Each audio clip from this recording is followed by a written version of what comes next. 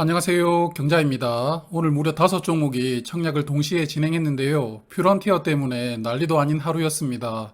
다들 청약은 잘 마무리하셨는지 모르겠는데요. 오늘은 여러 가지 정보를 준비했습니다. 먼저 퓨런티어의 청약 결과를 살펴보고 그 다음 내일 청약이 마감되는 4종목의 청약 결과를 예상해 보도록 하겠습니다. 먼저 퓨런티어부터 볼까요? 유안타 증권이 얼마나 준비가 되지 않은 소형 증권사인지 그 밑바닥을 이틀간 절절하게 보여주었는데요.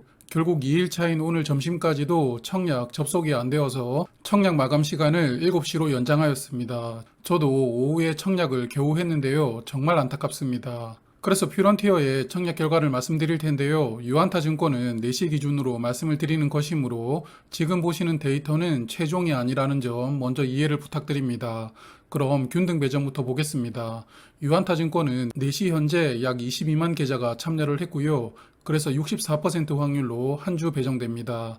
그리고 신한금융투자는 약 30만 계좌나 참여를 했는데요. 그래서 20% 확률로 한 주 배정되게 됩니다. 두 증권사 합쳐서 50만 계좌가 넘게 들어왔습니다. 비례 배정을 보면 유안타증권은 4시 현재 약 5조 원의 증거금이 들어왔는데요.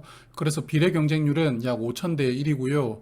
일반 청약 한도인 14,000주를 청약한다면 현재까지는 3주 배정이 예상됩니다. 그리고 신한금융투자의 비례 경쟁률은 5,022대 1로 마감했고요. 온라인 청약 한도인 8,000주 청약하셨다면 잘하면 2주가 배정될 것 같기는 한데 한 주 배정될 확률도 있습니다. 증거금은 현재까지 7.3조 원이 들어왔습니다. 보신 것처럼 퓨런티어는 유안타 증권의 청약이 약간은 더 유리합니다. 물론 7시까지 청약하므로 아직까지 확정은 아닙니다. 그리고 이제 유안타 증권은 상장일에 과연 이게 매도가 가능할 것인가 라는 도전에 직면할 것 같은데요. 어차피 접속이 되질 않아서 팔지를 못한다면 이왕 일이 된 거 다 같이 매도하지 말고 따상 한번 보내봅시다. 오랜만에 대동단결 외치고 싶은데요. 농담으로 말씀드리는 거지만 정말 참 마음이 아픕니다. 여하튼 상장일에는 문제가 생기지 않기를 정말 간절히 바라보겠습니다.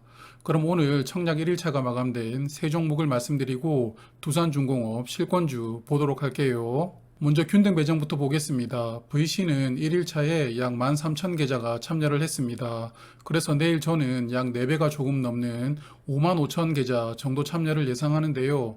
저의 예상대로라면 균등 배정으로는 2주에서 3주 배정이 됩니다. 그리고 스톤브리지 벤처스는 KB증권이 삼성증권보다 4배 이상 1일차에 청약이 많이 들어왔는데요. KB증권은 18,500계좌, 삼성증권은 4,000계좌입니다. 그래서 스톤브리지 청약하실 분들은 내일 아마도 삼성증권에 조금 더 많이 청약을 하시겠지만 그래도 최종적으로는 KB증권이 약간 더 많이 들어오면서 마감된다라고 예상을 합니다. 그래서 KB증권은 3만 계좌 들어오면서 약 8주 정도 균등으로 배정될 것 같고요. 삼성증권은 2만 5천 계좌로 약 10주 배정이 예상됩니다. 그래서 스톤브리지는 저의 예상대로라면 균등으로 5주 이상 배정될 확률이 높죠. 그러므로 균등만 청약하실 분들은 20주 이상 청약을 신청하시는 편이 좋을 것 같습니다. 마지막으로 하나스펙 21호는 오늘 약 2,800계좌가 참여를 했는데요. 내일은 9,000계좌 정도 참여하면서 청약 마무리할 것 같습니다. 그래서 균등으로는 약 83주 배정이 예상됩니다. 이번에는 비례 배정인데요. VC의 1일차 경쟁률은 9대 1이었습니다.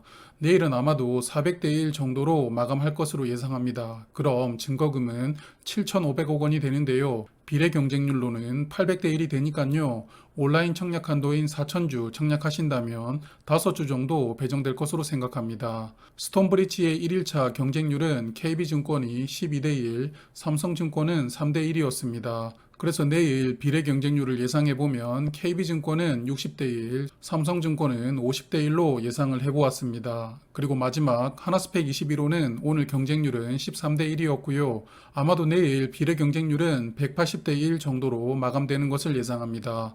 그래서 이런 예상 경쟁률로 마감한다면 일반 청약 한도인 12만 주를 청약했을 때 비례로는 약 667주 배정되게 됩니다. 이제 두산중공업 볼까요? 화면 보시는 증권사들에서 일반 공모가 진행되고 있습니다. 국내 주요 증권사는 대부분 포함되어 있으니까 이 중에서 계좌가 있는 증권사 아무 곳이나 청약을 하셔도 됩니다.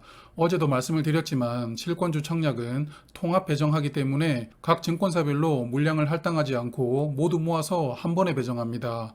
그러므로 증권사 경쟁률을 따져가면서 청약을 하실 필요가 없고요. 그리고 청약 증거금은 100%가 필요합니다. 1000주를 청약하시려면 1385만 원이 필요한 것이죠. 1일차 청약을 파악하기 위해서 약간의 노가다를 했습니다. 10개 증권사 모두 들어가서 청약 신청 수량을 한번 확인해 보았는데요. 10개 증권사 합쳐서 약 730만 주가 1일차에 청약되었습니다. 그래서 오늘 통합 경쟁률은 약 3대1 정도로 파악되는데요. 증거금은 약 1000억 원이 들어왔습니다. 내일은 최종적으로 약 1조 원 정도의 청약 증거금이 들어온다고 예상을 해보는데요.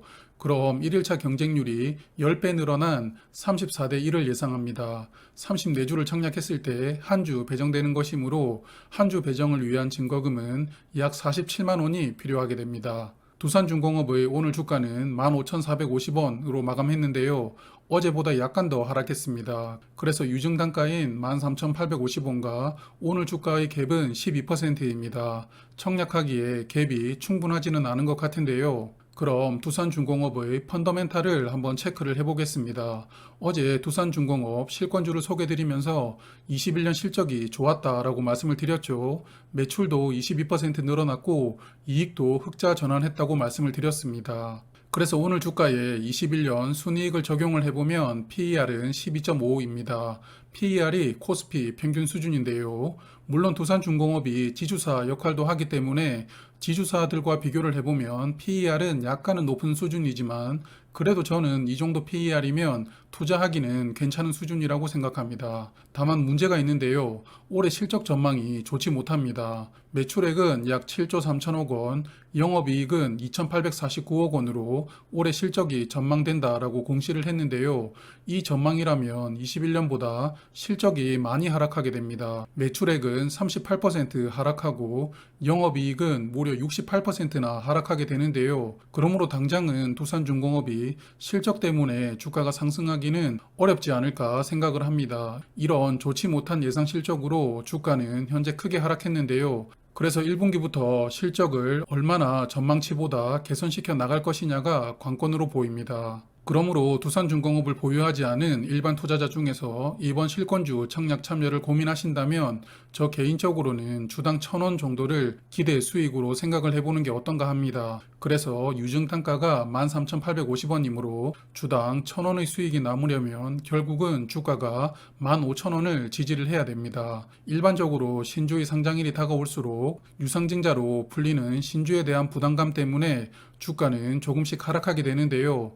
그러므로 어제도 말씀을 드렸지만 두산중공업 실권주 청약은 결국은 신주가 상장하는 3월 4일에 과연 두산중공업 주가가 15,000원 이상 될까를 먼저 판단해 보시고요.